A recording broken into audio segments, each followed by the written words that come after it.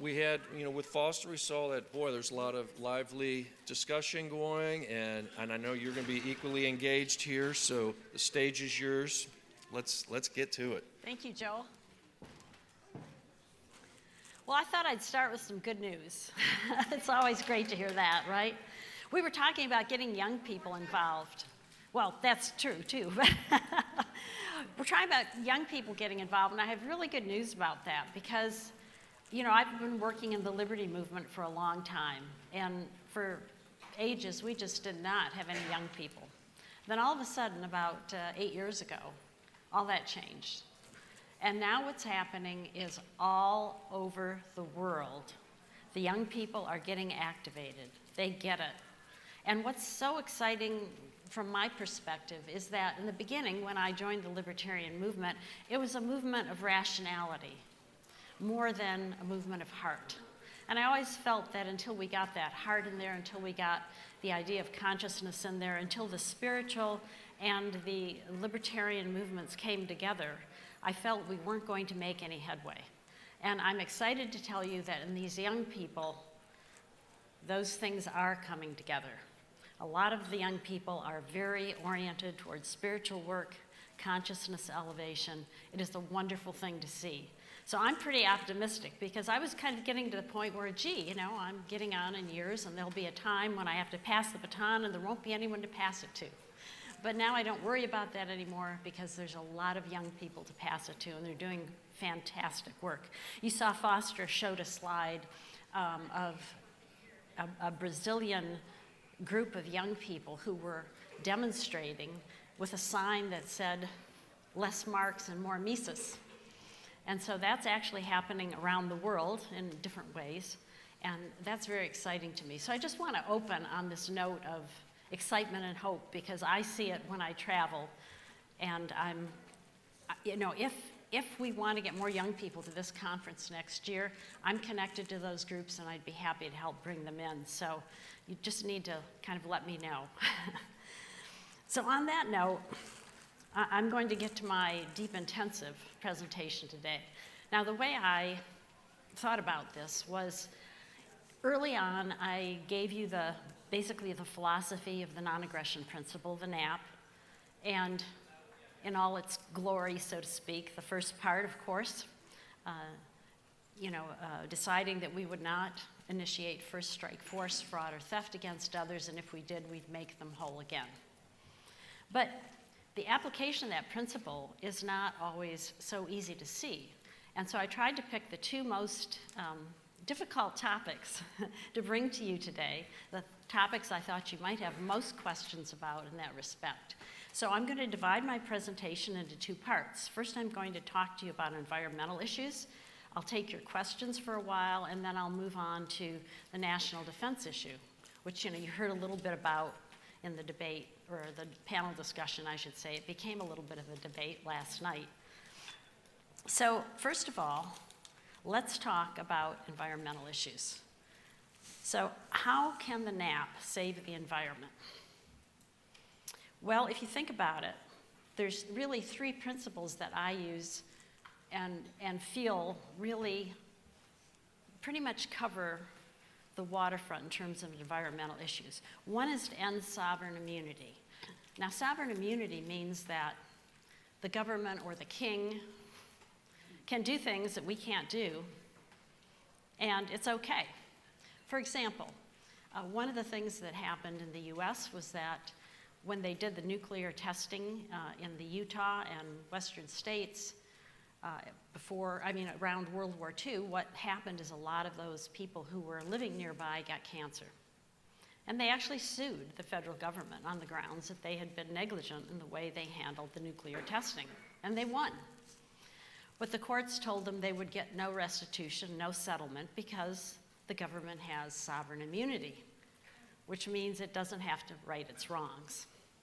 So this is a principle that's applied a lot in cases where the government really does not want to right its wrongs, and especially worrisome in the environmental part, because as we'll see in a minute, the governments, not just our government, but the governments of the world tend to be basically the world's single most polluting organizations in the world, even more than the corporations.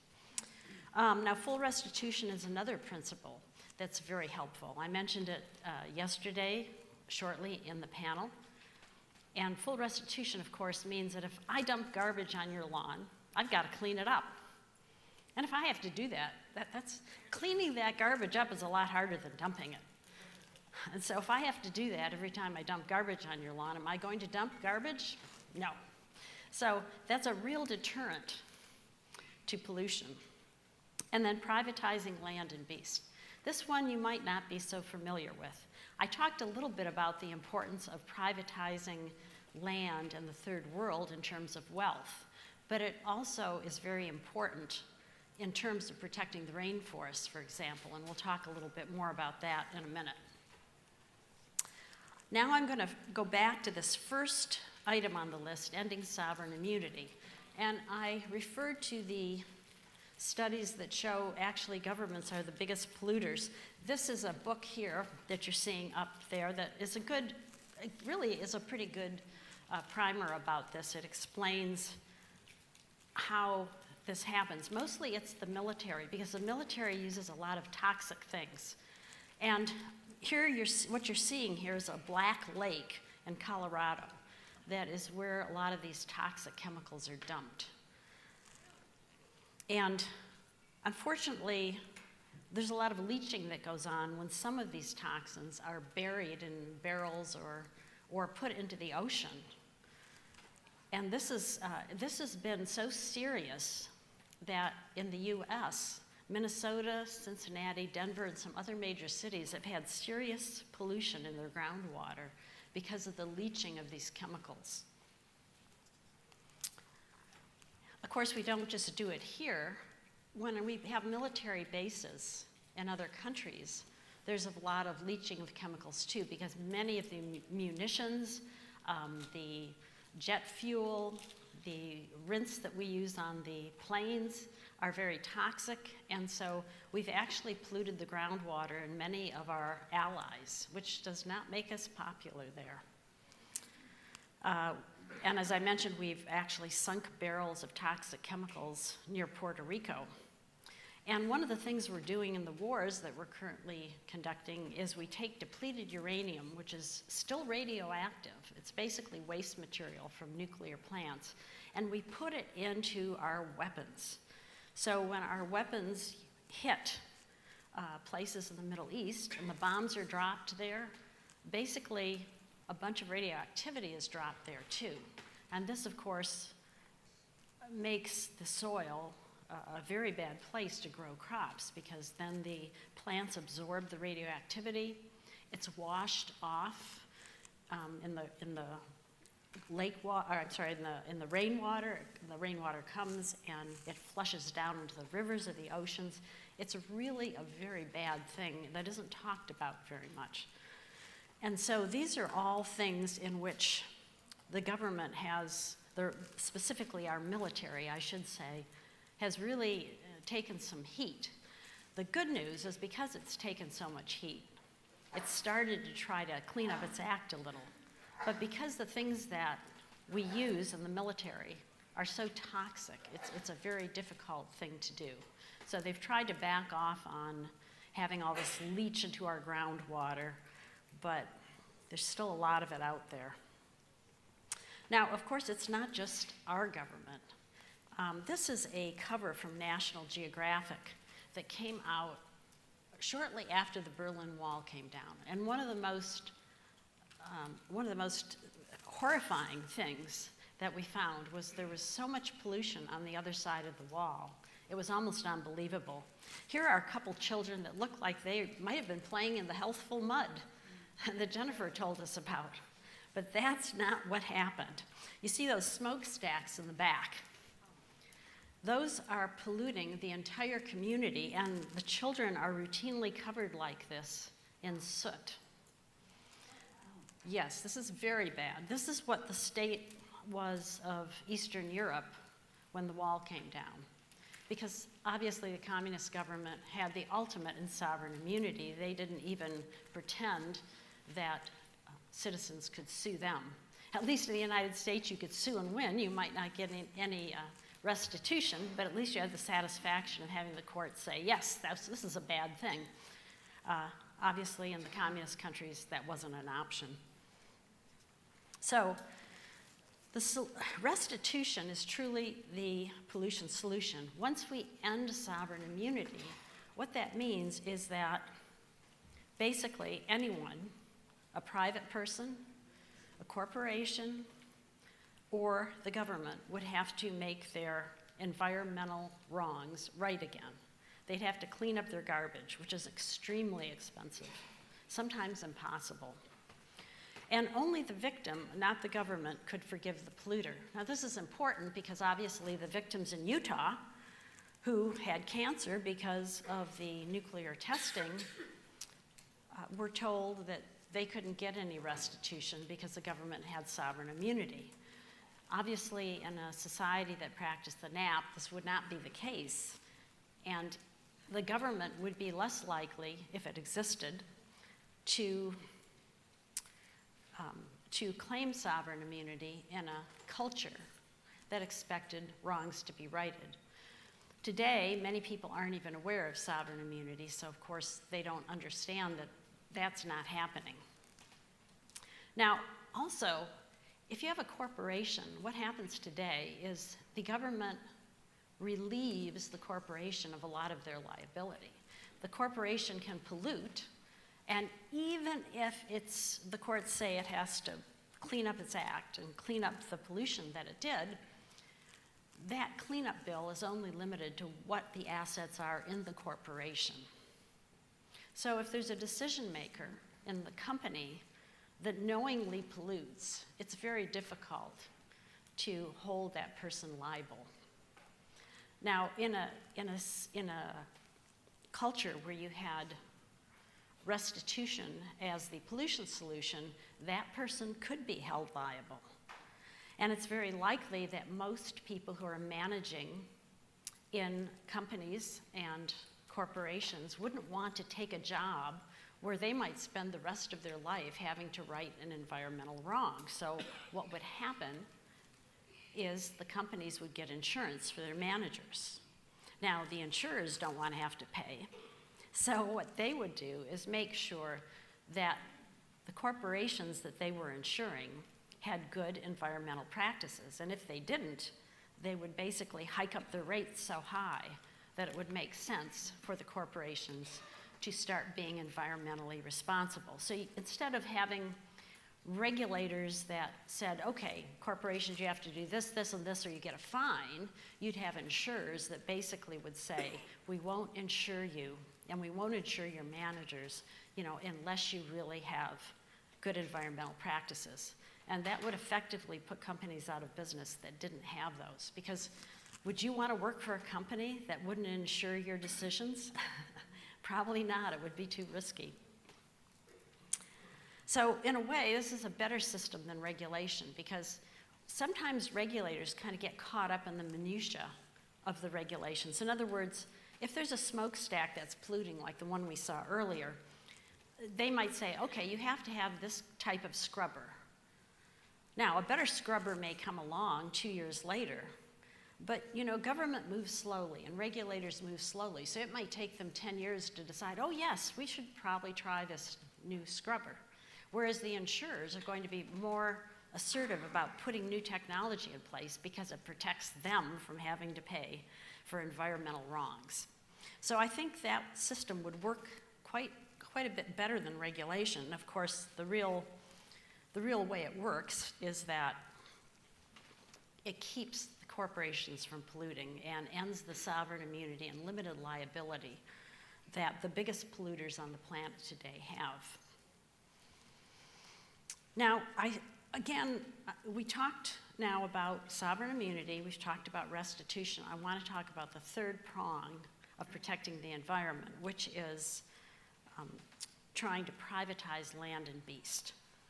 Now, we talked yesterday about how in the third world there isn't free and clear title to a lot of land because the homesteading rights of the people that live there are not converted to clear title. And that's very true in the rainforests. You know, the people who live in the rainforests, and they are populated, take pretty good care of the rainforest because they understand that without that, they have no livelihood. But what happens is because the government claims the land, if a corporation, for example, will come in and say, hey, we'd like to level your rainforest or dig it up for certain minerals or whatever, all they have to do is bribe the government officials, and then the government allows them to drive the natives off their land because there's no homesteading rights. There's no clear title for the people who are living there. So privatizing that land would generally protect it because the people who live there aren't going to just leave. They're going to want to keep their land, and if they sell it, they're going to make sure that it doesn't endanger the rest of their livelihood.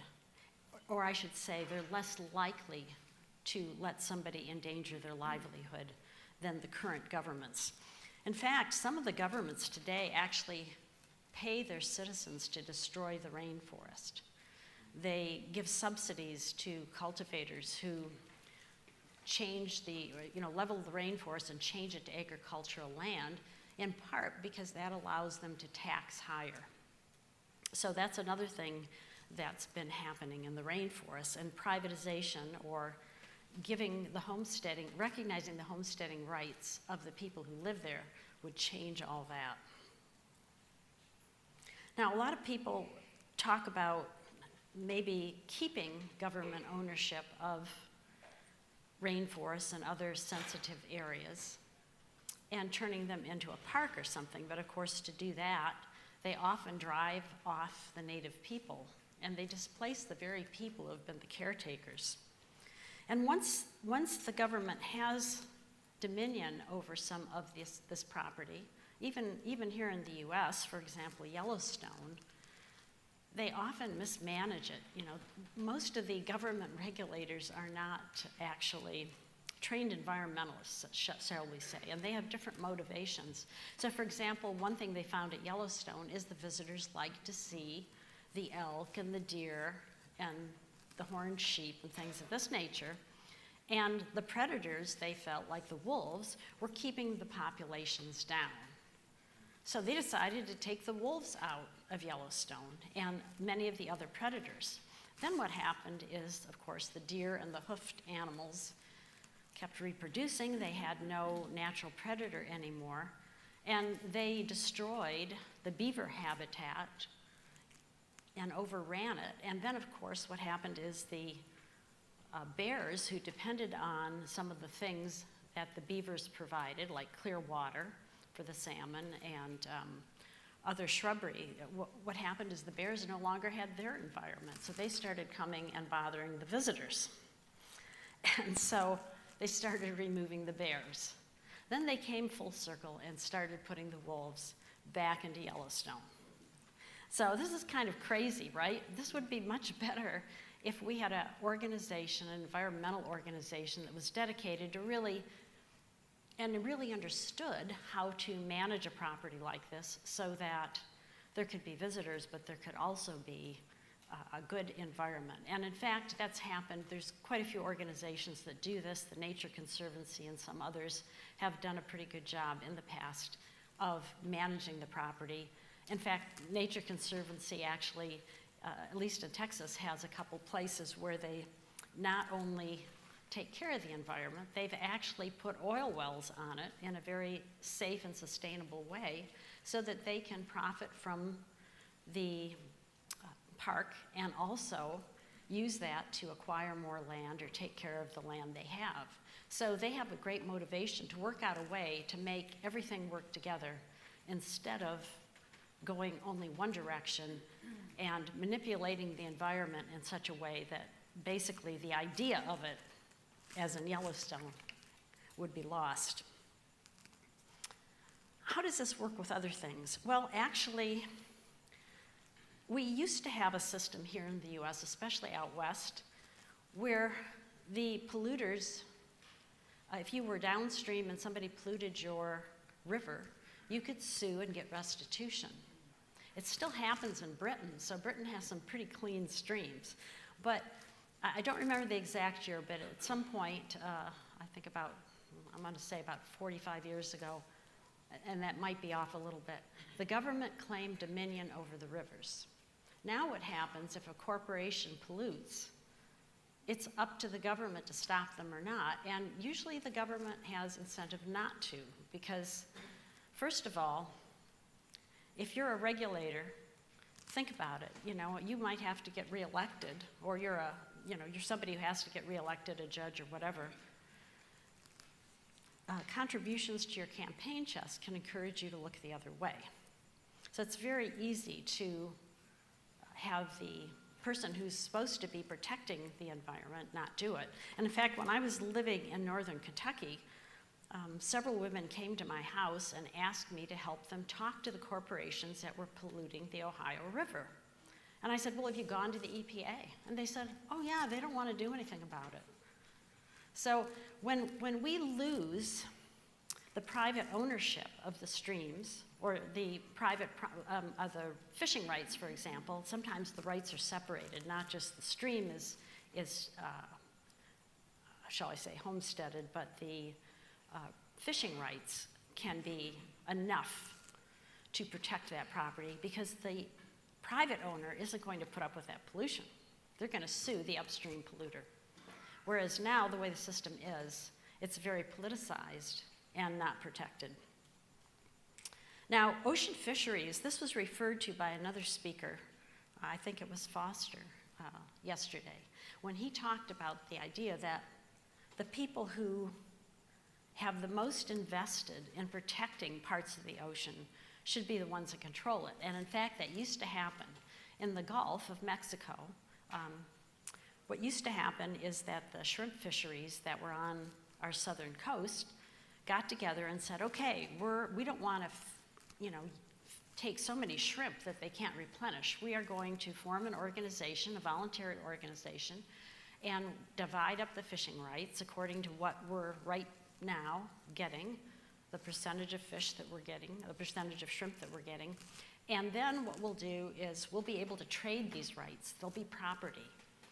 And if a new person wants to come in, they have to buy one of our properties here, our fishing rights to the shrimp. And this worked out really well. The shrimp population in the Gulf did very well. Again, then the government came in and said, no, you can't do that because the Gulf belongs to us.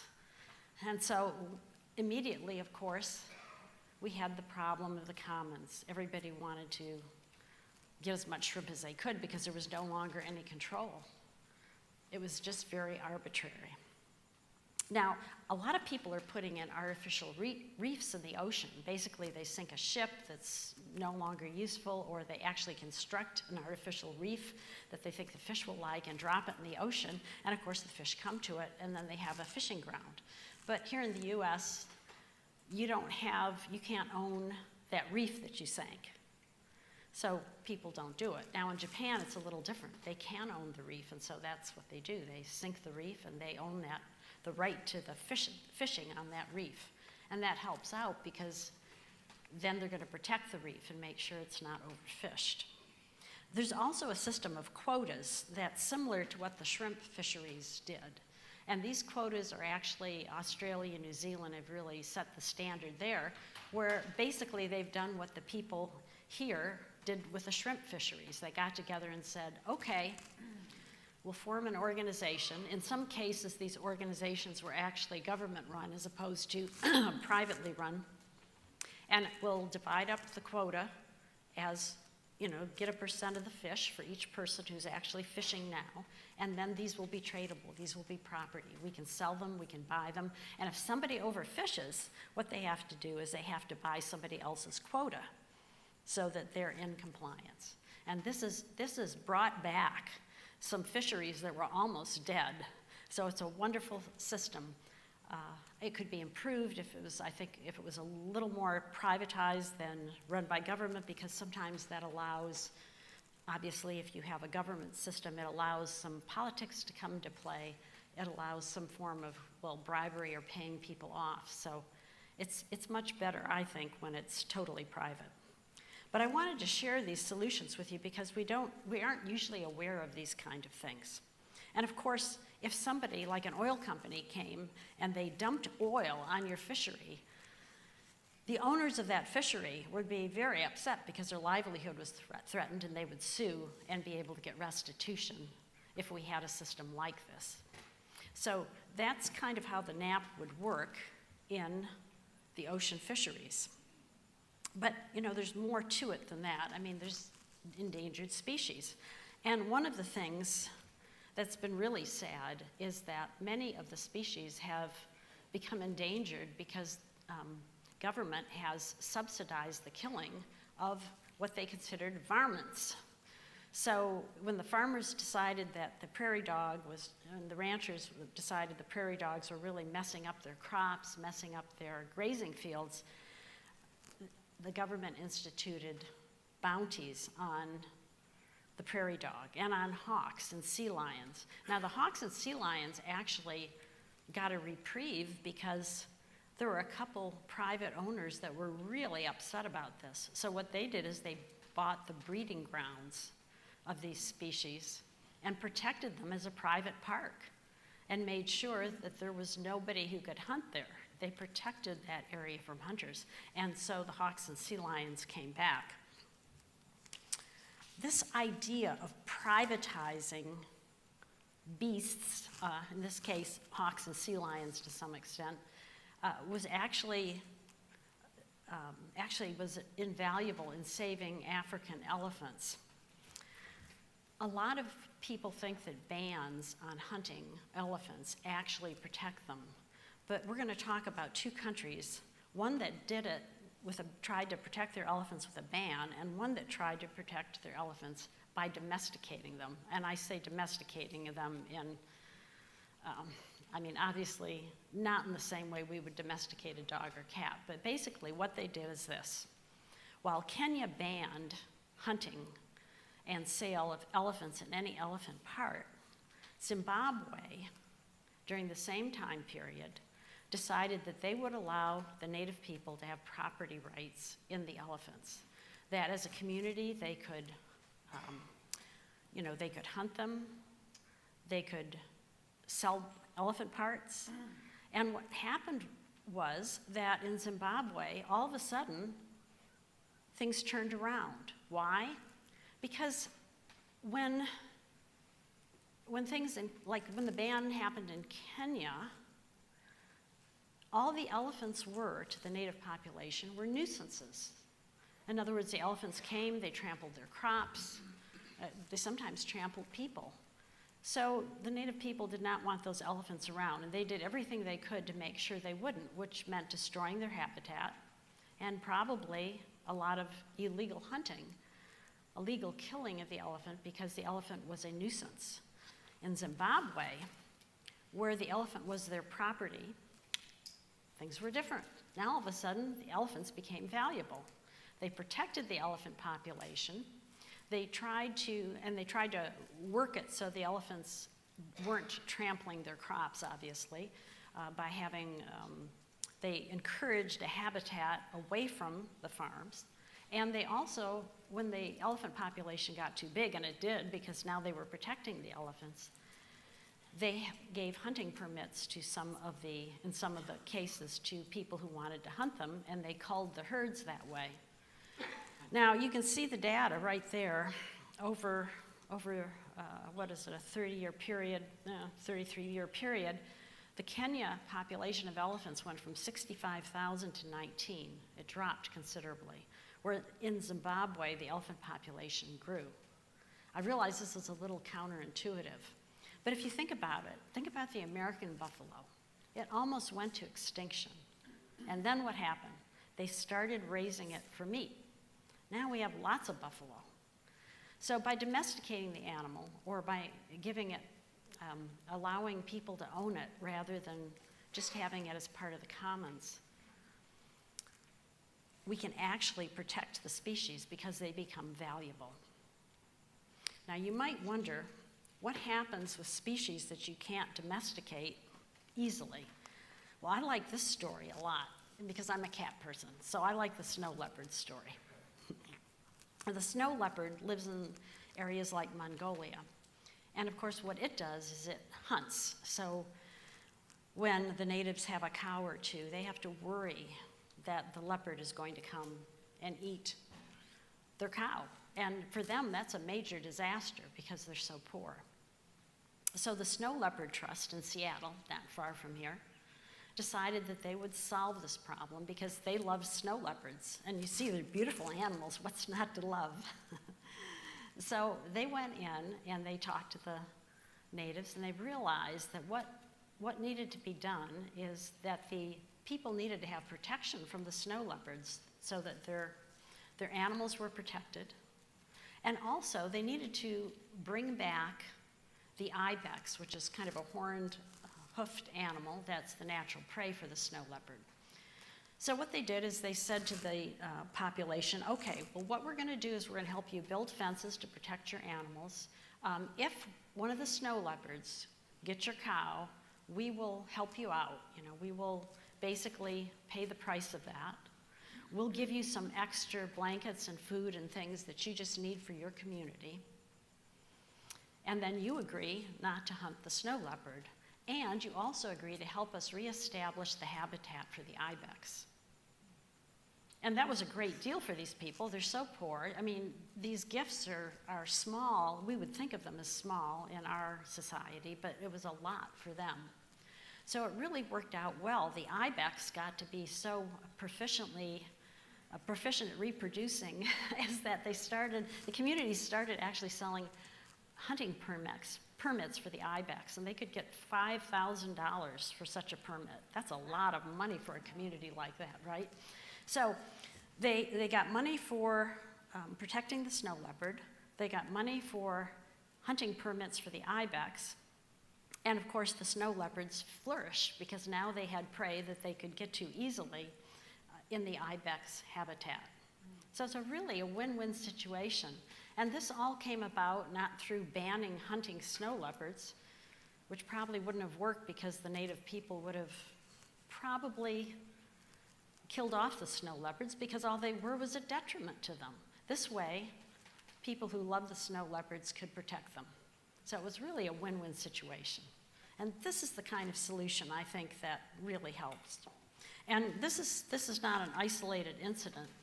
There's many species that have been brought back from the brink of extinction by private individuals that have either established a ranch to bring them up or help to breed them or handled them by trying to get them in zoos and getting them to breed. So there's been a lot of, and I'm just giving a few instances here.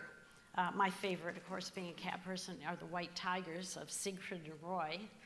And they bred them, of course, and showed them and got people all excited about them. And now there's many, many white tigers. In fact, there's hardly a zoo that doesn't have one. So that's what we mean by privatization of land and beast. Now, there's another big problem that we're dealing with, and I want to talk about that a little bit. And that is, of course, the idea of climate change. Now, we could sit here for 2 days and just talk about all the pros and cons of climate change. Is it happening? Are humans responsible? How big is it? What should we do? But I'm just going to show this one slide on climate change and then talk about what a society that practiced the NAP might do to handle something like that. Because that's really the question we have today, right? Even if you don't believe that climate change is happening or that humans are responsible for it, I mean, something like that could happen one day. So what would we do? So I'm just going to show this one slide on climate change just because I find it very interesting that over the centuries, our climate has actually varied quite a bit. And right now, we're actually coming out of a small ice age. Now, is this due to humans or is this due to something else? Like I said, I'm not going to get into that because we could discuss that all day. But what I want to do is address the problem of what would a libertarian society do about global warming if it were happening.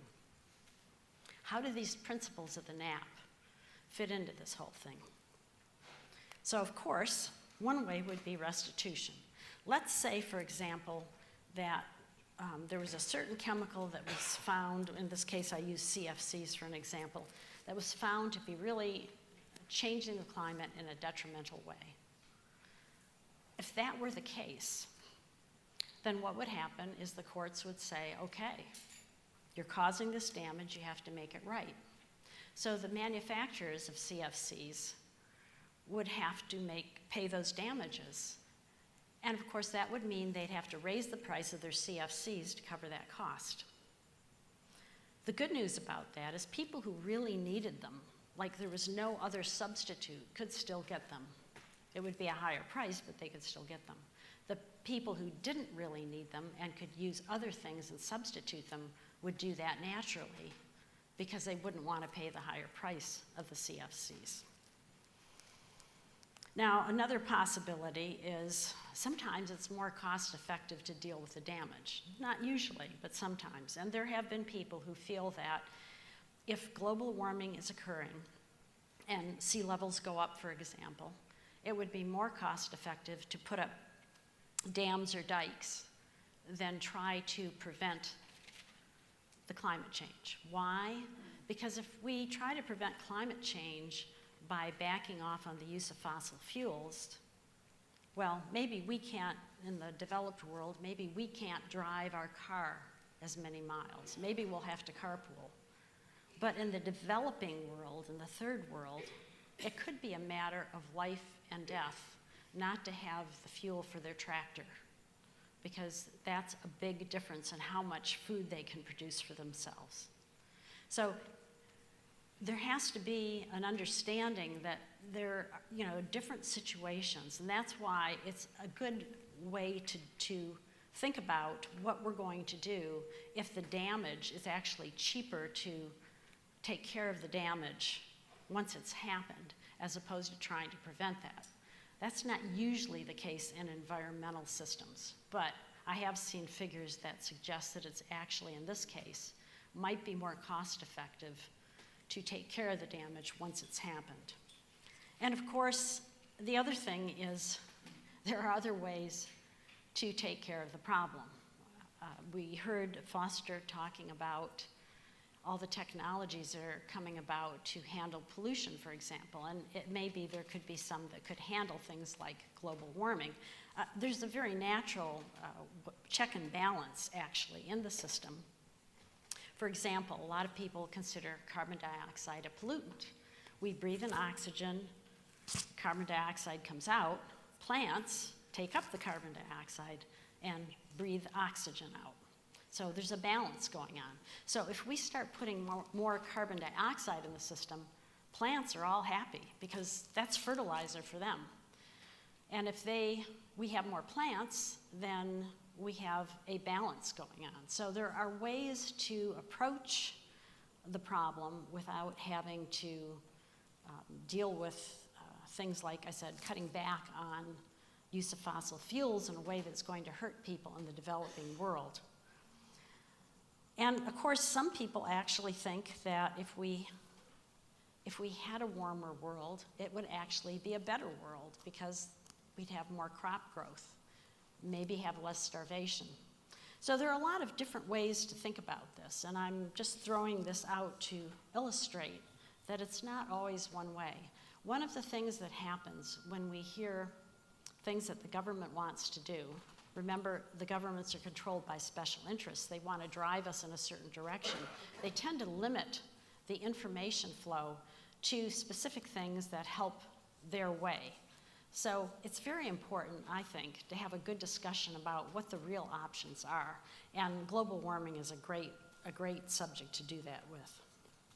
So in summary, the NAP can save the environment by ending sovereign immunity, using full restitution, and privatizing land and beast. And I'm going to open up the floor for questions for about 10 minutes or so, and then I'm going to move on to a second topic I have on national defense, because I think that was another big thing that people wanted to hear about. Yes? Hello. My name is Catherine Green, and I live here in Ashland. And I completely get that the consolidation of power in the hands of the government and their sovereign rights, that they have no responsibility for their damages, is the primary driver of most of the damage that's ever happened on planet Earth, right? And so I don't want to see consolidation of power. I'm completely against it.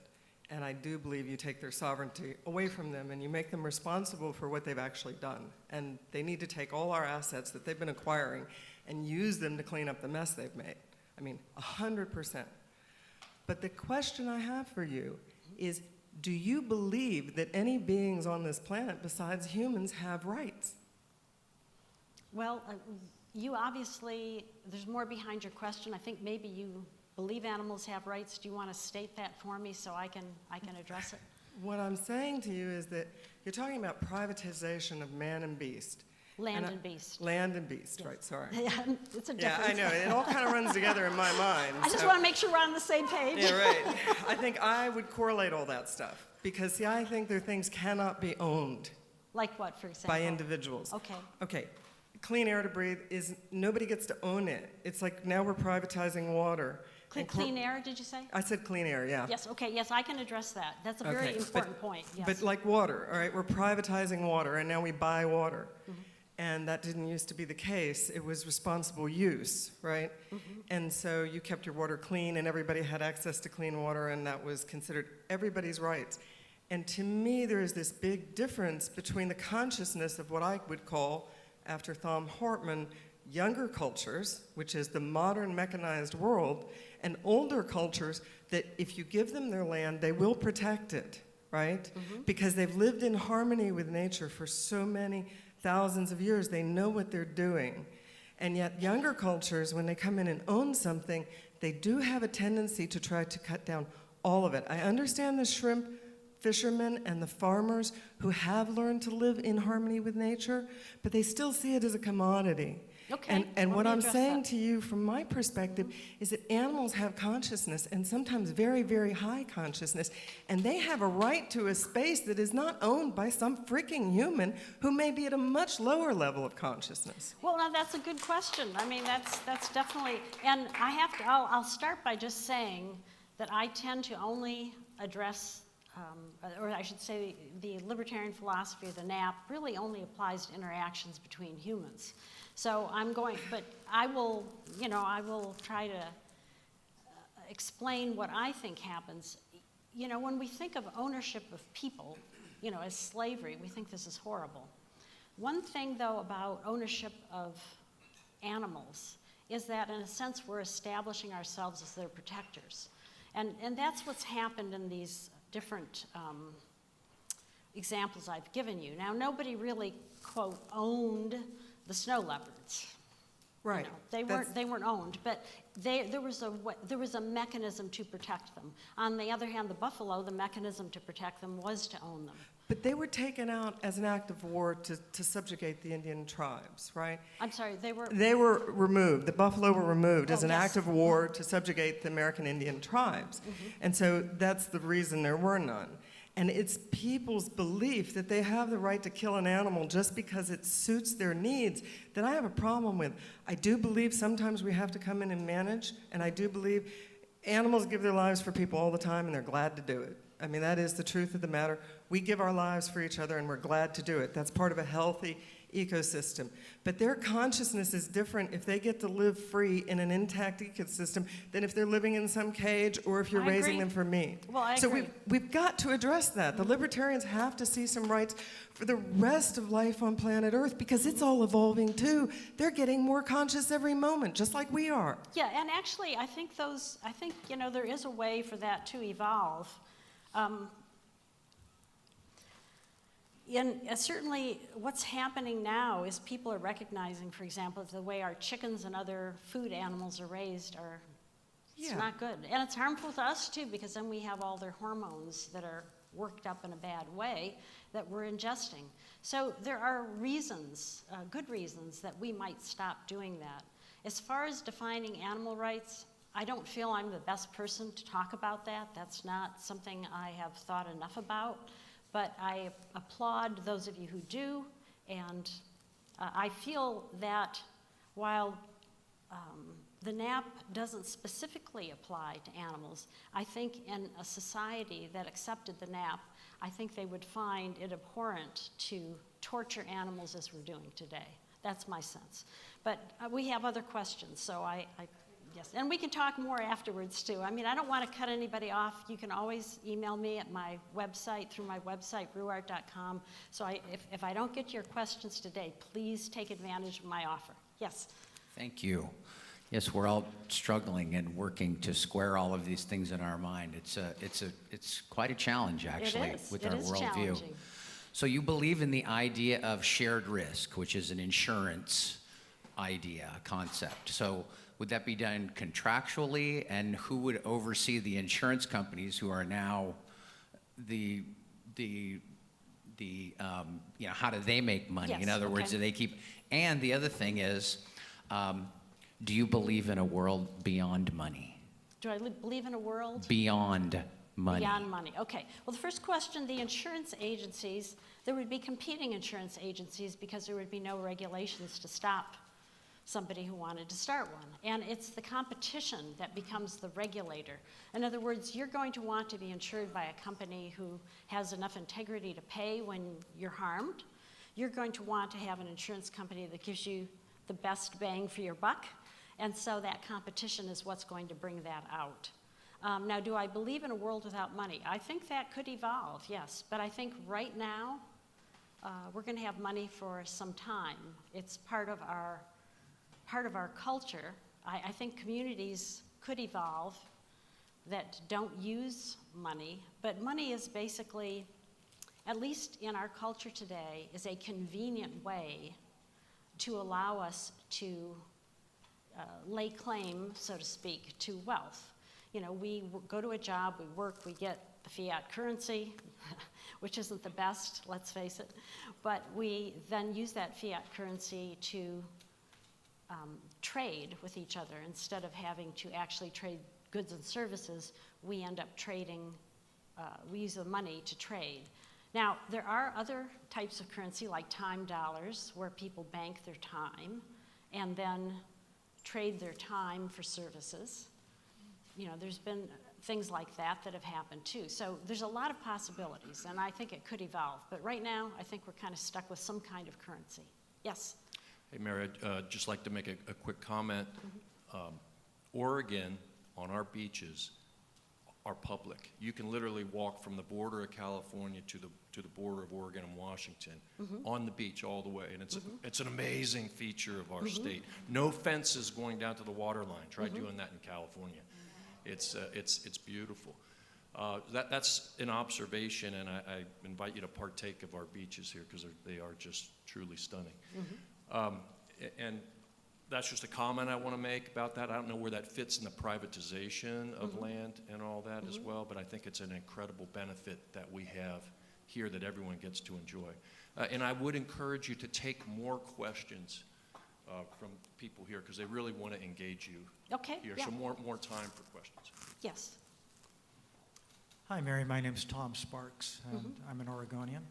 And I wanted to kind of present a brief picture and preface it by saying I understand what we're doing here. What we're doing here is looking for solutions and looking from a transition from where we are now to, let's say, Foster's picture of a stateless world as in sort of, let's say, an endpoint, although that'll be certainly a new beginning as well. But I think that, I really appreciated the discussion on the panel last night, and I found that my perspective was that some of the ideas and assertions that were made and kind of going amongst the different members of the panel might have been missing one another in that each one of them might have applied to a certain incremental step in that transitional process.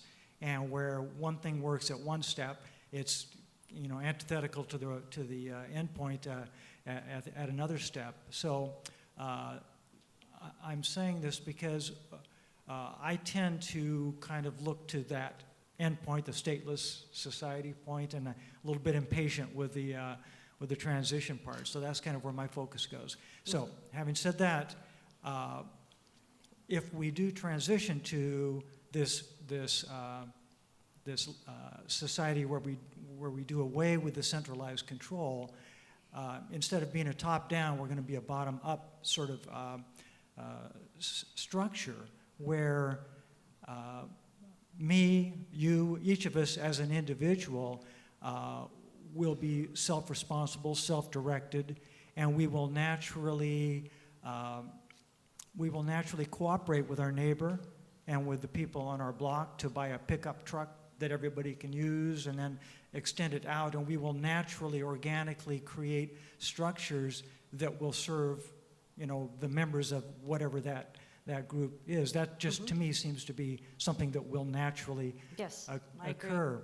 So, the issue about regulation that came up last night, and Joel's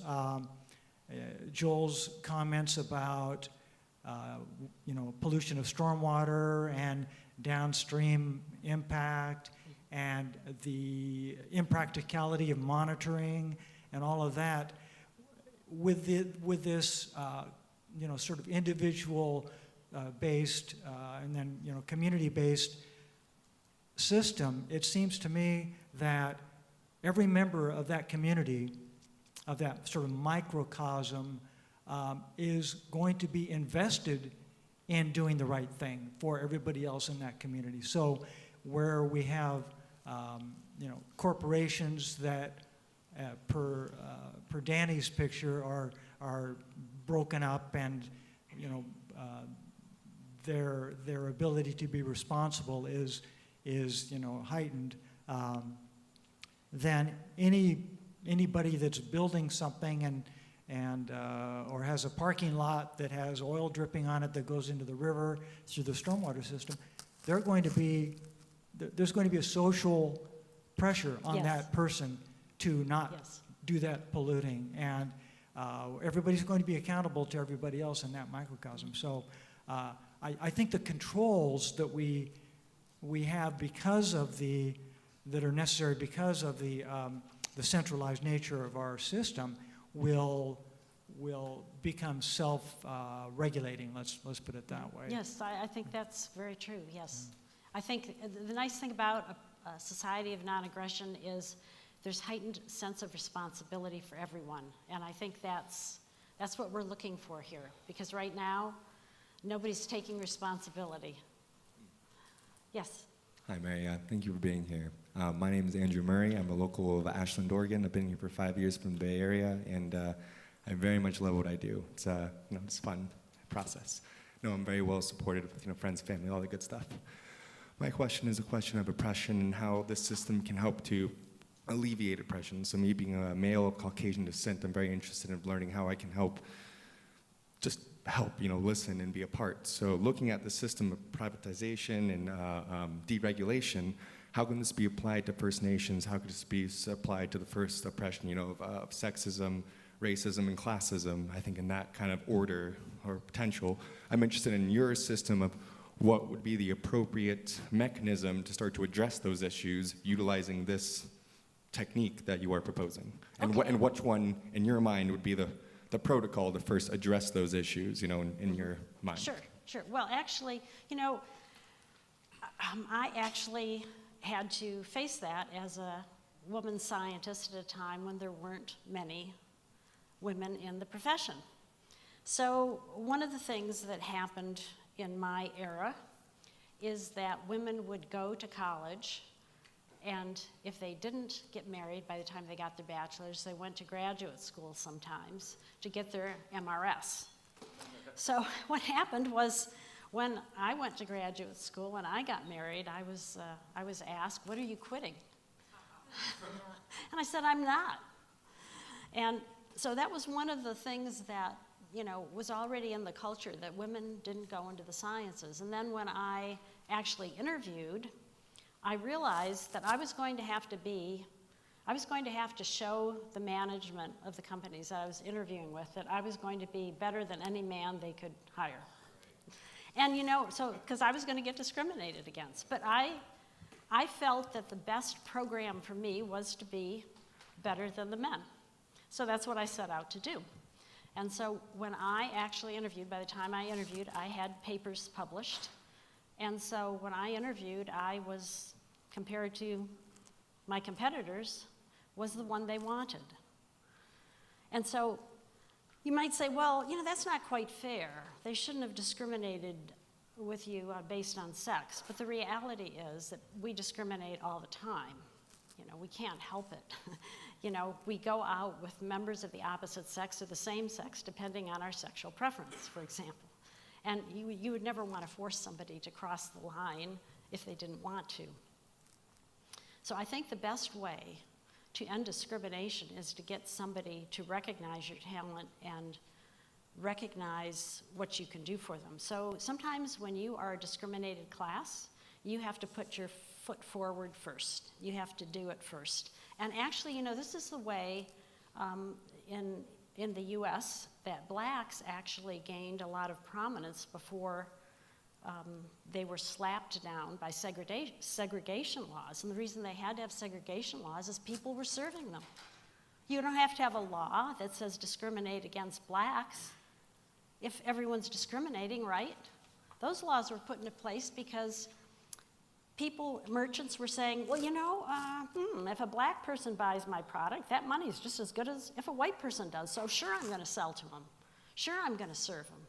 And there were people that didn't like that idea. And so what they did is they started the segregation laws. So basically, when we put our best foot forward and we're in a discriminated class, we let people know that we're special, you know, that we're there to help them, that we're not going to hurt them. They get to know us, and life is good. Then they sell to us, they hire us, whatever. When we force them, however, then there's a problem. By the time I had been at the Upjohn Company for 10 years, laws had changed. Now you had to justify why you didn't hire a minority for the position you were hiring for. And this meant that a lot of minorities were getting hired that weren't really as qualified as their competitors. And these people were basically shunned once they entered the community of scientists because they were thought to be lesser people because they had had this special privilege. I can tell you that created more bad will against the people who came in because they had to make quotas than anything else. So the better way, in my opinion, is to put your best foot forward and show people that their discrimination is foolish and it's going to cost them. Because in my case, my employers felt if they didn't hire me, their competitors would, and they didn't want that. So I hope that answers your question. And yes?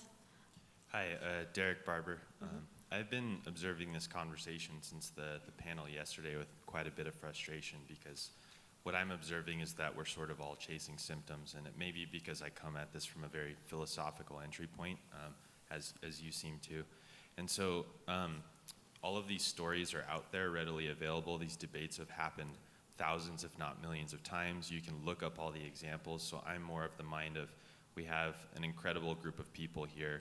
Like, let's have a so what with regard to it. So I think there's potentially a false dichotomy that's being set up between corporations and government, at least in this country. My question to you is that, what's the difference if there's a revolving door between the boardroom and Capitol Hill? I think that's the crux of the problem. I don't think it's government versus corporations. I think we need to define terms and call things by their right name, to speak philosophically about it. So it's often called crony capitalism or crapitalism in short. And so I think that's the crux of the problem. And I would like to hear that being addressed more, and speaking on the topic more in principle. I think that's really because the problem is a lot of statists are coming up to you, right, to put it simplistically, and saying that the corporations are the problem, but yeah, that's not it hasn't solved the problem. If you say the government is the solution, you haven't solved the problem, because government is a social construct. As Foster pointed out yesterday, there's people doing things in real time, and the idea of a corporation or a government is a social construct. It's not a thing that exists in actuality. So come with a solution would be my suggestion to those people. So I'm trying to simplify things here as much as I can, if that makes sense. Good. Did you want me to comment, or are you good? Please comment on capitalism. I think that's the capitalism? problem. Yeah. Okay, yeah. Well, There's no honest signaling between what's what. What is a corporation? What is it? I mean, we have people like this. Right, okay. We need people this well connected to actually tell us what's going on behind the scenes, because folks, Joe and Jane, day in and day out, have no idea what's going on behind the scenes. And we're arguing. It's horizontal slavery. We're arguing about things we shouldn't be arguing about. yeah, well, in my mind, any violation of the NAP is the problem. In my mind, that's the disconnect we have. We use the NAP one-to-one. It's very successful for us. Group to group, we throw it out the window. And we throw it out the window usually through the guise of government. And that's why government becomes a problem. And then government, of course, helps create the limited liability of the corporations. So then that becomes a problem, because now you have two entities that can violate the NAP. And that is the basis of the problem. So I hope that kind of defines it a little better for you. Go ahead. Hi, Mary. My name is Colette, and I come from the horrible, horrible state of Montana. We are an extractive state. Everyone wants what we have: coal, oil, lots of natural resources. And at the turn of the century, the copper mining industry created one of the biggest Superfund sites in the country, the Berkeley Pit. I encourage all of you to come and visit the Berkeley Pit. It is a mine that is filled with groundwater full of mercury, aluminum, toxic metals, acidity-producing chemicals that burn the feet off the snow geese that accidentally land in there. So we have this wonderful thing that happened at the turn of the century, and nobody knows what to do with it. So that brings in the idea of privatization of lands also. We also live in a scenery-rich state, but financially poor. So if the government being us, the federal government, turning over lands to the state to manage, which is another form of government, which is us. Montana doesn't have the kind of money to manage those lands. And so there are very many uber wealthy people that would love to own those pieces of land. And because of the situation today, that state ownership of private land is the first step toward privatization of this land.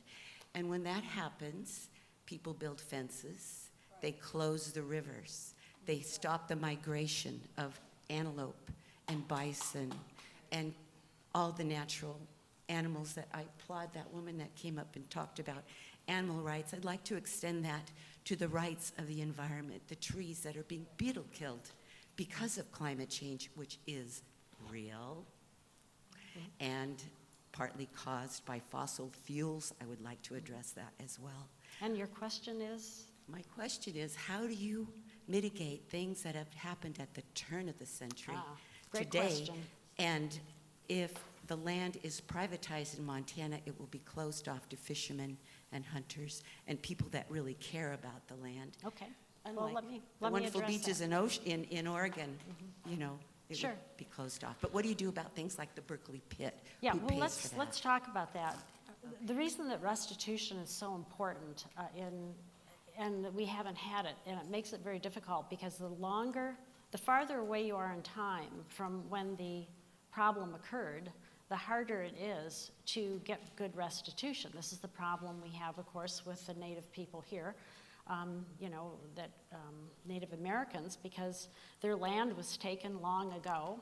How do you restore that? Because the people who took it from them are no longer living, And of course, many people were part of driving them off their land, but many people were part of and are today trying to restore them. So it gets very difficult if you move away in time to do proper restoration. That is why it is so important that this principle of restitution be recognized quickly here, because it is almost impossible to do a good job of restoring someone when the damage was done so far in time. It's not that you can't attempt it, it's just that any attempt you make probably will not be adequate. Now, as far as the idea of lands that are beautiful and now held by the state being transferred to private property and developed, yes, some will, but some won't. You know, we just talked about several breeding grounds for sea lions and hawks, for example, which were protected by somebody buying the land and protecting it. So there's going to be both happening. So you're not going to ever have a situation where you can always preserve everything. That's just not part of what happens when your population is growing. So this is something I think that we need to recognize right off the bat. Now, there will be people who, and I think it's a good idea to encourage groups that are conservation type groups to buy the land and take care of it and allow visitation and make sure that it's kept in good condition. That's the ideal, but this won't always happen. It's not going to be perfect in the sense that everything is protected. And actually, in a way, you wouldn't want it to be, because if we protected every if we protected every tree, if we protected every grassland and prairie, well, then our property values, our prices would go up. You know, there'd be less land for us to live on, and so that would create a different kind of problem, a problem where people would not have easy access to a good place to live. So it's kind of a balancing act. So who determines the balance? Well, this is what the market does for us. It puts prices on things. So for example, if a beautiful property is so wonderful that a conservation organization is able to raise the money to purchase it and keep it pristine, you know, that tells that organization that yes, people value that property. Now, if it's not such a pretty property, they might not be able to raise enough money to buy it. And so in a way, the ability of a conservation organization to raise money among the population tells them what properties you all value, you know. That's how it would work. Okay, I'm taking one more question, and then we have to make a decision if we want to keep on this or we want to go and talk about national defense. Yes. My name is Rick Sherman. I'm also from Montana, and I could do my own presentation on my problem I have with privatization. Okay, but I'll settle for this part of thing, which is an example of the commons. Mm-hmm. So I grew up on the Blackfoot River in western Montana, and the landowner in western Montana is about 70% federal government, and I don't know, something like 20 or 30% Plum Creek Corporation, which is a spin-off from the railroads. Closer, okay. Which is a spin-off from the railroads, which was given the land in order to develop the railroads to bring people out during the settler days, okay? So they were given that land. So what's happening over the years is that the land was abused pretty heavily from the corporate logging. There was a land manager, Orville Daniels was the head of the Lolo National Forest, stopped the cut because he was a scientist. I visited with him on numerous times, and he explained to me why he did that is because the mandates from the government by the industry, which was creating those mandates, was creating a situation that was unsustainable, and so he stopped the cut. So this created all kinds of issues in terms of how people made a living in Montana. So there was, about 30 years ago, there was a group of people that were constantly suing each other. There were environmentalists, there were outfitters that utilized the wilderness areas and the streams. There was the loggers, there were the miners, and then there were farmers and ranchers. And they all got together in a meeting and said, we all know what it is that we're fighting each other about. What are we fighting for? and they come to the realization that they were all fighting for the preservation of the ability of the land to support them. So they've been going on for about 30 years now, and recently I did a restoration project based on Yeah, well, what is your question, sir? oh, okay. Because The we're question limited is, for time. how do we protect the commons? Because there's You two can't. major things. You Yes, we can't. can. We have to. We are a Okay, part of the well, ecosystem. That's why I advocate the privatization of land and beasts, because it's very hard to protect the commons. I'm not saying it will never work. There are communities that have been successful in protecting areas, and I applaud them. My concern on that is that, you know, communities change. So as long as there's good people in place, yes, they can be protected. But normally, it's very difficult to protect the commons, almost impossible, and that's why privatizing generally works. Now, before we, please stay there, read questions, because we might go that way. We have a decision to make. We have less than 17 minutes left. I can continue to take questions on the subject, or I can talk a little bit about national defense. National defense, okay. Yeah, hand thing, national defense, I'm gonna have to, okay. Environment, okay, we're gonna go into national defense. And I will speed up my presentation so we do have a few times for questions. And I'll stay after a little bit if somebody wants to, because I kind of let the time get away here. Okay, so, if you haven't read the book Rogue Warrior by Richard Marcinko, I highly recommend it. Unfortunately, it's going to make you feel very insecure. It's a story of one of the original Navy SEAL trainers. And what he was tasked to do is form a 6-person terrorism unit. Now, of course, he wasn't really going to be a terrorist. He was a pretend terrorist. And his mission was to invade our military installations here in the US and see if he could plant bombs, capture base personnel, and basically make a nuisance of themselves, right? Now, the commanders of each of the bases were told the week that he was going to be arriving with his team. And yet, every time, within less than a day, his team of 6 people took over the entire military installation. When the commanders of these military installations were asked, how could this happen? They said, well, he cheated. He came in the back way. Well, I mean, that's just one example, obviously. But you get the idea. If we can't prevent terrorists from coming into our own naval bases and our own military installations here in the US, do we really have a good defense? Probably not. And that's because we actually have more of an offensive type of national defense. We call it national defense, but it's really more national offense. And so this is a problem. And I bring this up because, I mean, I used to think, well, I used to think, yes, I don't like taxation, it's theft, but at least we have a national defense. Well, now I understand that we don't even have that. So let's start there.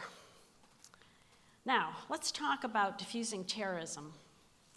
One of the things that many of you know, I'm not sure all of you know, is that we have funded just about every terrorist group that's come after us. We've given money to Manuel Noriega, Saddam Hussein, the Taliban. We gave the Taliban 2 big chunks of money about in the year before 9/11. So we have really empowered the terrorists, and the reason we've done this is we wanted them to go after people we thought were bad guys, but the people who were planning this didn't think that the American public would get all excited about an invasion, so they decided they would use these people as their henchmen. Well, if you train a dog to attack, you shouldn't be surprised that it one day will turn on you. And that's exactly what happened, right? So one of the first things we can do is stop creating new enemies for ourselves through our foreign aid, as we call it. Because what happens is we give this money to dictators, and what do? They oppress their own people, they sometimes killing them, and they are not loyal to us. Not that we would want them to be. I mean, who wants somebody like that to be loyal to you?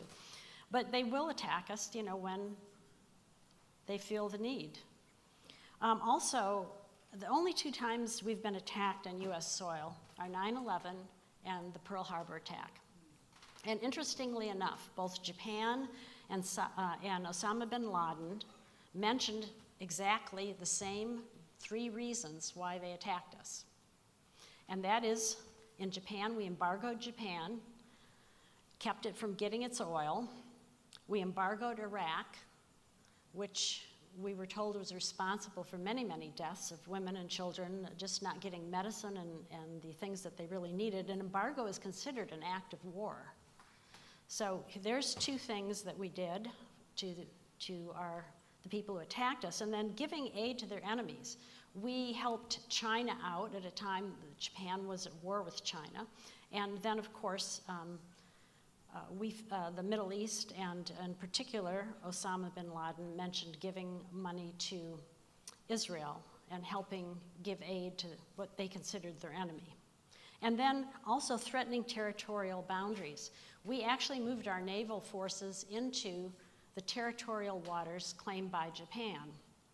And in addition, of course, Osama bin Laden felt that we were moving into the territory, their sacred territory, when we established military bases in the Middle East. So it's kind of interesting that both of the attacks on our country have been provoked, if you will, or happened for the same reasons.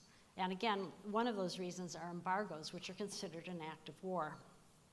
So if we stop doing those things, arming our enemies and then doing things that really provoke them, we might not have to worry as much about getting attacked.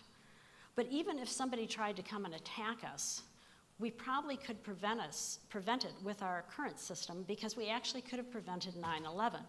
The FBI actually got 2 calls from 2 different flight schools saying, hey, we have Middle Eastern people here who want to learn how to fly planes, but they don't want to learn how to take off and land. We think this is a potentially bad situation. Did the FBI follow up? No. They were too busy tracking down people who, were selling drugs, which is a whole nother story that I haven't gotten into here. Now, it also turns out that 2 of the 9/11 suicide attackers actually were in violation of their visas.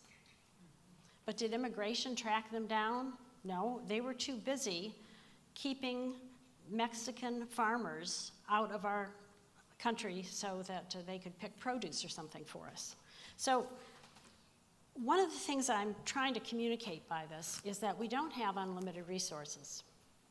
We have to decide where we put them. So if we truly want a national defense, we can't be going after peaceful marijuana smokers. We can't be going after Mexican farmers that want to come, Mexican pickers, vegetable pickers who want to come here and work in our agriculture. We have to focus on our efforts on the people who might harm us. And we weren't doing that before 9/11 because we were too busy doing everything else. So that's another thing that would help us prevent another attack on our shores. Now, we were told that after I just gave you that explanation, remember that we were told after 9/11 that we were attacked because we had too much freedom. Right? That this is a kind of a country where if you have such openness and such freedom, you can expect such attacks. But that's not why we got attacked. We got attacked because we had too much aggression through government. We had all this provocation and all of this other trying to, I think I heard that. I would say it, but this is a tape.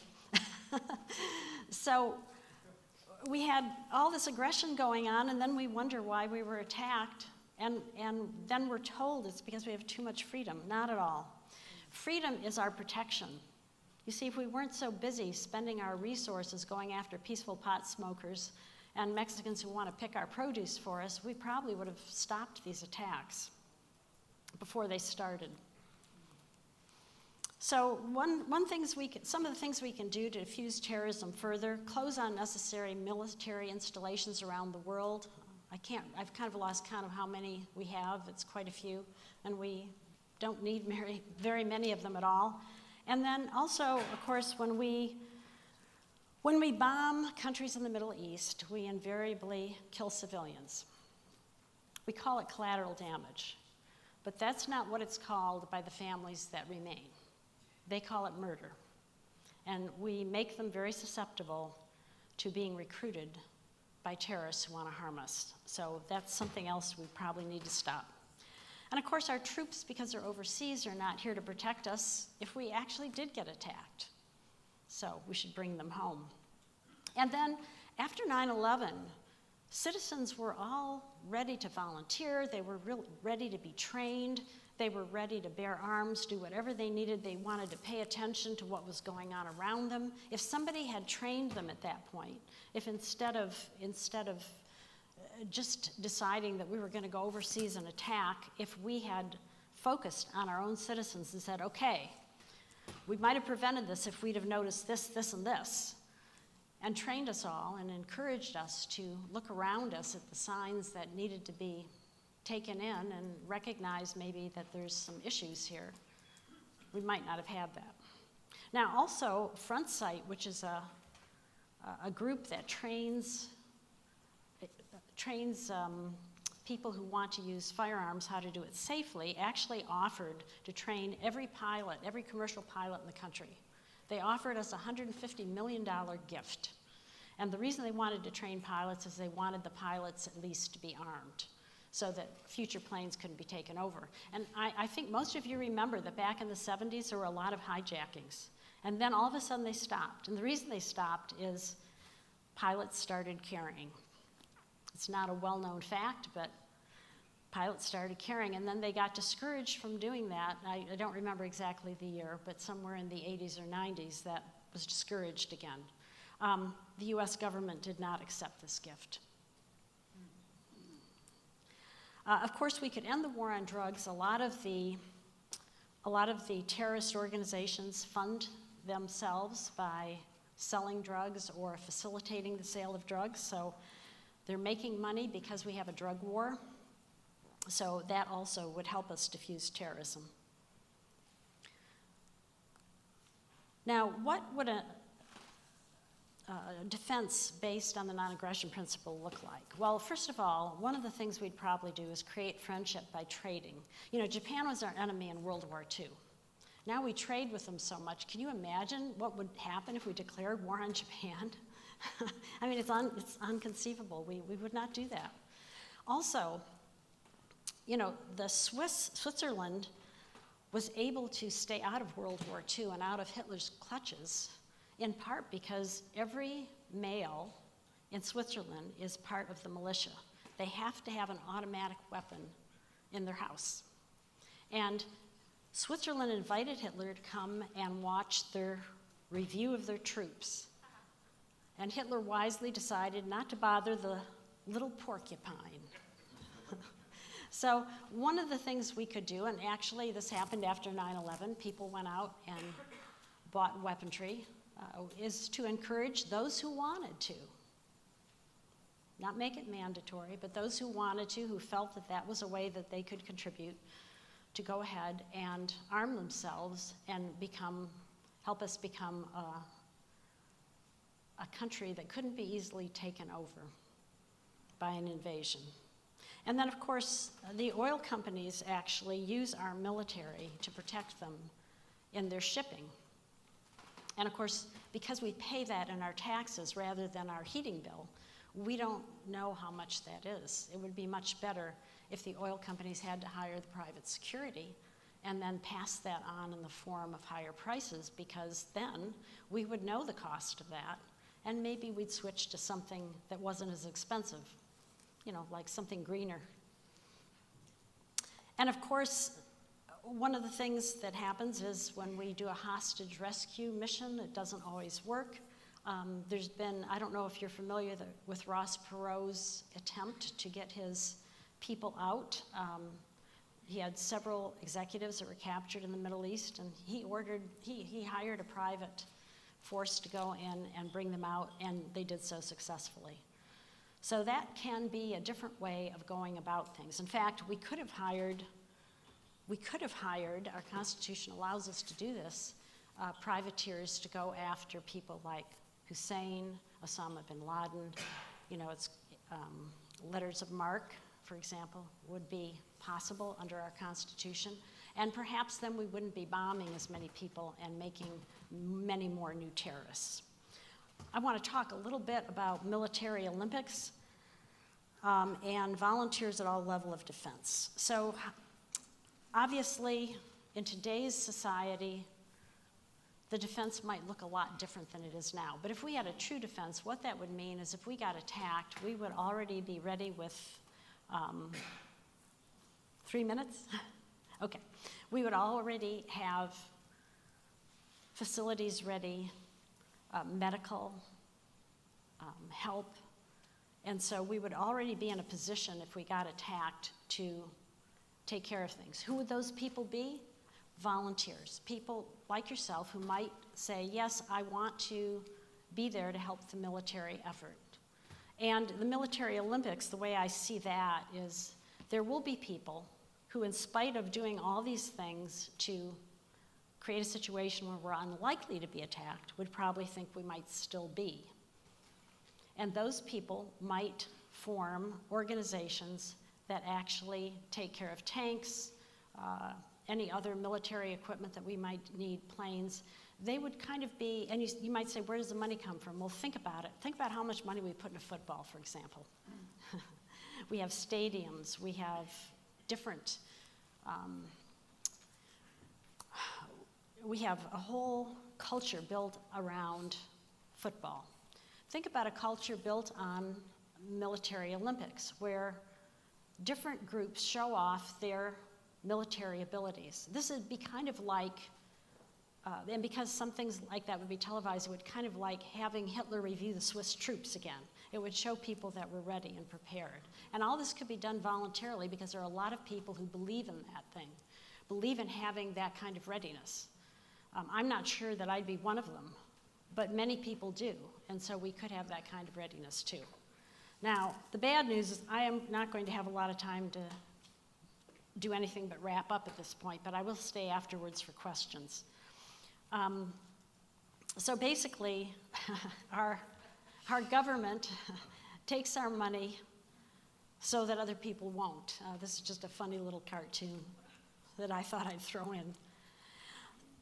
I'd like to close by saying that in this 2 days, I've tried to help paint a picture of what is possible. According to my calculations, if we had a libertarian world, we'd be 3 to 18 times wealthier here in this country. In the developing world, it would be more. We'd have jobs for virtually anyone because wealth is unlimited, right? That means even if all the jobs were taken, if you had an idea about a new service you could provide, you just created your own job. And there's always new services to provide. We never run out. Poverty, as we know it, would be obsolete.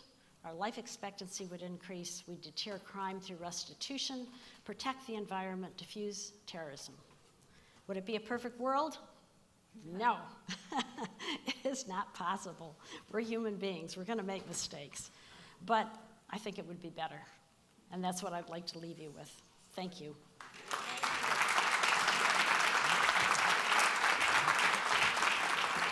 Mary Ruwart. Thank you, Mary. Thank you very much.